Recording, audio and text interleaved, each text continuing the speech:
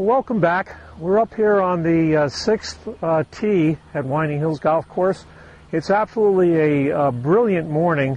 It's a really nice golf shot off the sixth tee. It goes right into the sun, and when you see the ball fly into the sun, the ball looks very vivid against the sky. So it's a real fun shot to hit. The only downside of hitting into the sun is it's a little bit glary, and when you look in, you have to kind of squint a little bit. So taking a little bit extra time when you're in this situation to line up and get your bearings on where you are and your feel is very important. This is a very interesting hole because on the left-hand side there are two pine trees that stand up quite high, and the fairway here slopes severely left to right. Many times in avoiding the pine trees, the ball will go down and slope down to the right and get into some trouble. It's very rocky and tree on the right-hand side. So the left-hand side is where we want to aim, right up over the pine trees, let the ball fade slightly into the fairway, and then nestle down on the flat part of the fairway. Tricky little shot, very challenging, enjoyable to hit. So we'll get set up and lined up here, see what we can do to this. Looks good. What a beautiful sight. Dew is on the ground. Absolutely gorgeous. So we'll make a nice smooth swing.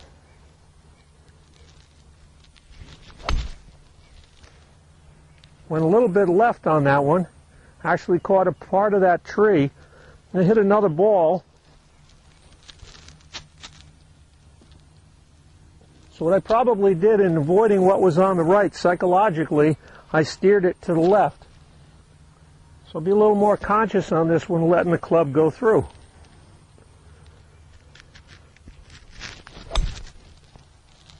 That's near perfect. Okay, let's see where that nestled down, and then we'll go from there.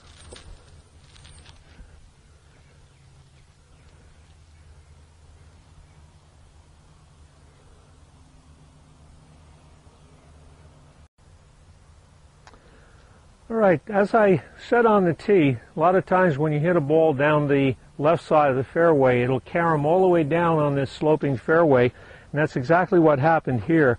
We ended up slightly in the right rough. I have a shot here now to the green of about, probably about 40 yards, so it's not going to be a full wedge. I'm going to play what I would refer to as a half to three-quarter wedge, so my backswing won't be quite as long.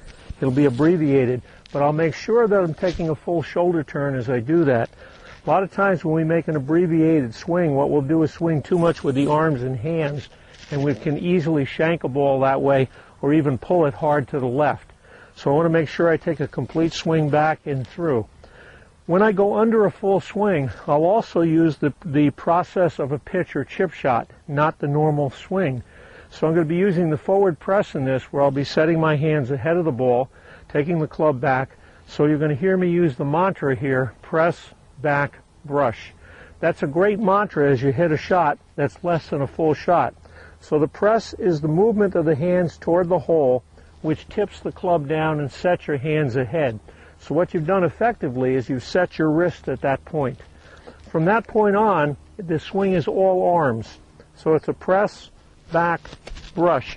So it simplifies the rest of the swing and makes sure that it kind of makes a surety that you're going to get solid contact on the ball. Very, very effective. If you try this, you're going to find some miraculous shots can come out of it. So we'll line up here. Very interesting also, the shadow is cast across the green right now, so it's a little more difficult to judge the distance into the green. We have two pot bunkers on the left, which psychologically can come into play. If we hit it off to the right, it's going to drop down very severely into a flower bed on the right. So there's a lot here. However, the green is fairly large, so I'm just going to go right for the flag on this one. Flag is in the middle of the green. Set up. Make sure you square your club face first before you set your feet.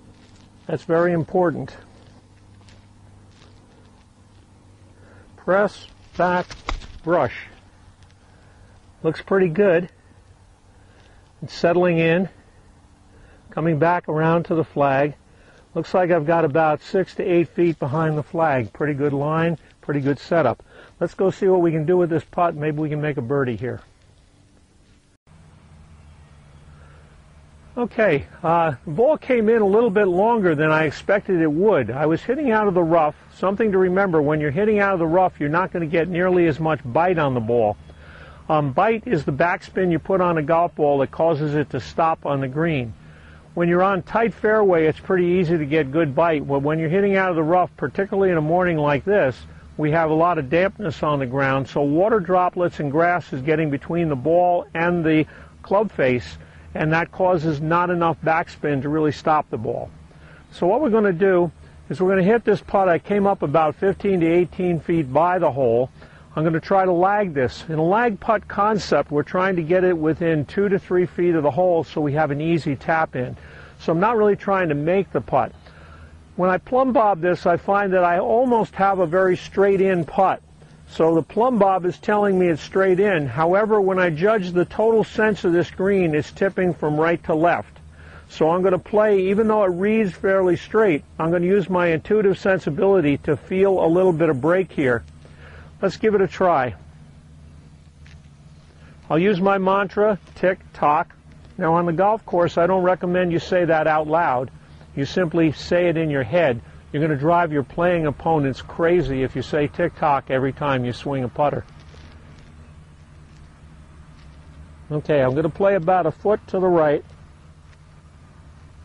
Tick-tock. That looks pretty good. Okay, looks like we're going to have a little tap in, about a 3-footer coming back. We'll assume that's in. There's something called a gimme in golf.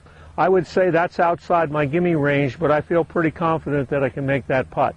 So let's go on to the next hole, which is a really cute little downhill hole I'm sure you'll enjoy.